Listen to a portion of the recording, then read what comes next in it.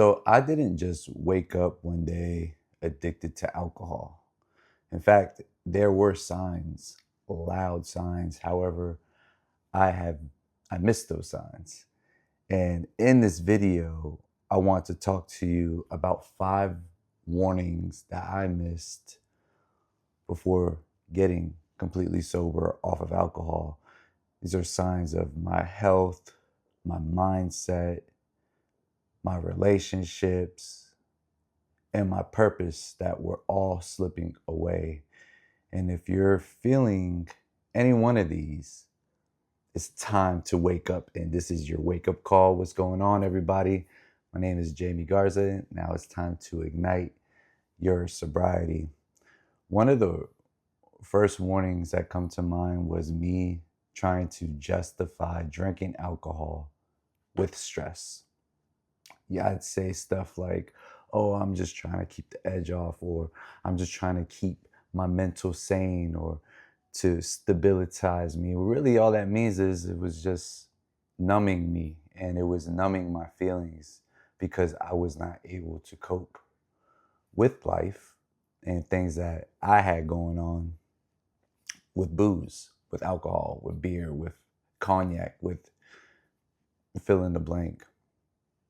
And alcohol gave me a big false relief of being a stress reliever. And I think it's a lot of it like how we're wired socially in, especially in America, of coming home from that long day of work. It's been a long day, especially if you're a creative like me and you need to get the stress and edge off. Just have a cold one. You know, I grew up watching one of my favorite wrestlers, Stone Cold Steve Austin, drink a lot of cold ones.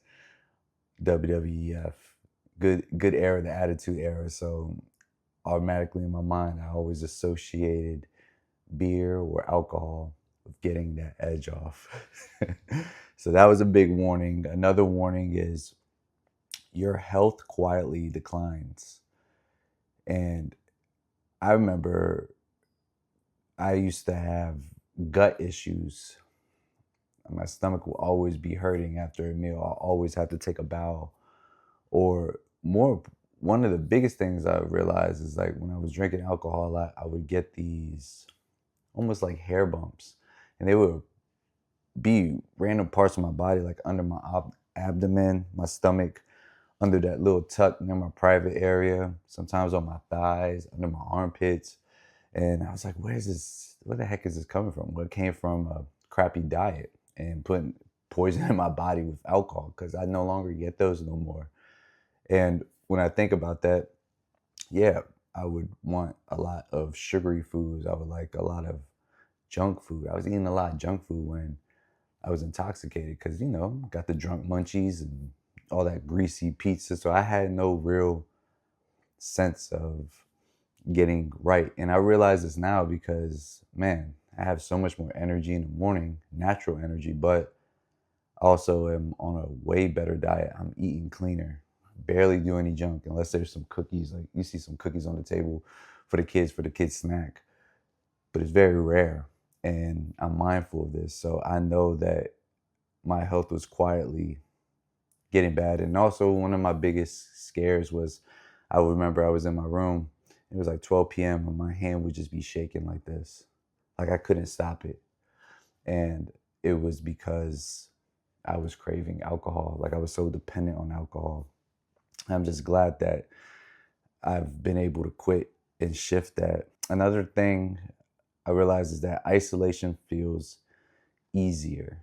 Yeah, I remember one of my heaviest phases, I was living on my own.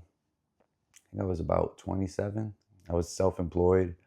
And I would have a lot of time. So I'd use that time to drink. And I no longer needed a buddy to drink. I was just facing that bottle to myself, that Hennessy bottle to myself. And I became so accustomed to that isolation feeling that I didn't need nobody. When I thought that I'd rather have a drink alone than talk about what I was feeling, I realize now that, dog, homie, you had a drinking problem. I had a big drinking problem. I want to let you guys know if anything, what I'm hitting on feels familiar, and this is no way, I'm not shaming you at all, but I'm just creating content because I was there. If If you resonate with this content, hit subscribe, because that's the intent. I just want to help as many men out there build their legacies, be the best version of themselves, and ignite their sobriety.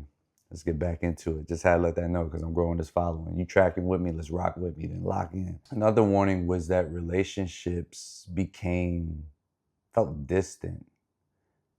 I was no longer present. I was escaping. A lot of the conversations would be me, I, what I did. I had zero empathy. And I noticed that even yesterday, I was at my grandma's house, and for Mother's Day, my mama was there, grandma was there, my tias. And I realized I was able to talk less and less spoken to. And I was actually able to hear and empathize with a lot of people. But when I was drinking a lot, I was just very selfish. And that made a lot of the relationships in my life feel distant. I'm able to listen better, able to be more clear, and come from a place of just genuine empathy and care. And since that, sobriety has helped me heal those relationships and make all my current relationships and relationships I do meet or create way deeper and meaningful. And that right there, and especially in my line of work and being a business owner and entrepreneur, everything is based off relationships. Even creating content like this, hopefully I'm building relationships with you guys, and you guys are watching and you can feel this. So sobriety has healed many relationships in my life. The last warning was probably like the biggest warning. And that was, I was starting to lose my vision and purpose.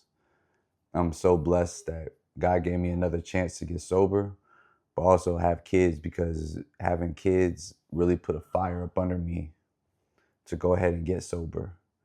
And with alcohol, I just felt like I was on autopilot. Like I drink, I stay up late. My sleep schedule was cruddy. Like I just stay up late, just eat a whole bunch of junk food, daydream. I would have creative vision, but no implementation would happen.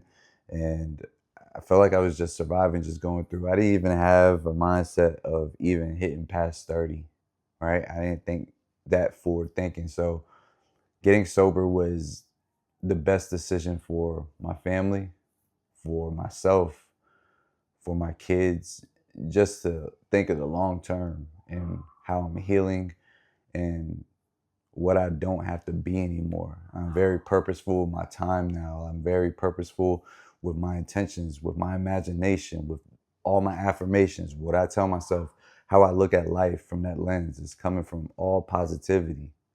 All positivity is no longer feeling bad because, oh, this happened to me, the excuses and this and that. Now, we standing on business, we being accountable, we on man time, we realizing what it is and what things are for, and we are building and growing from that. Looking back, alcohol wasn't the problem, but it was the fact that how I was using it to avoid the real work, the real greatness within. And that's my biggest takeaway. Hopefully I can give you guys, if you're having these warning signs pop up in your life before you hit rock bottom. Like I had to hit rock bottom. You could call me Stone Cold. I got hit by the rock bottom. All my wrestling fans probably tapped in and know, but I had to hit rock bottom before I could really change. And sometimes if you're hard-headed like me, that's how you learn. I didn't see the signs as early. This is all reflections from being sober. Hopefully this video can help you and maybe resonate with you if you are seeing these signs, these warnings. Dip out early while you can. If you guys connected with this content and want to see more sobriety content on how to quit drinking alcohol, subscribe to this channel. I really want to build this community and build this for us. And that's it. That's all. That's enough. Ignite your sobriety. Thanks for watching.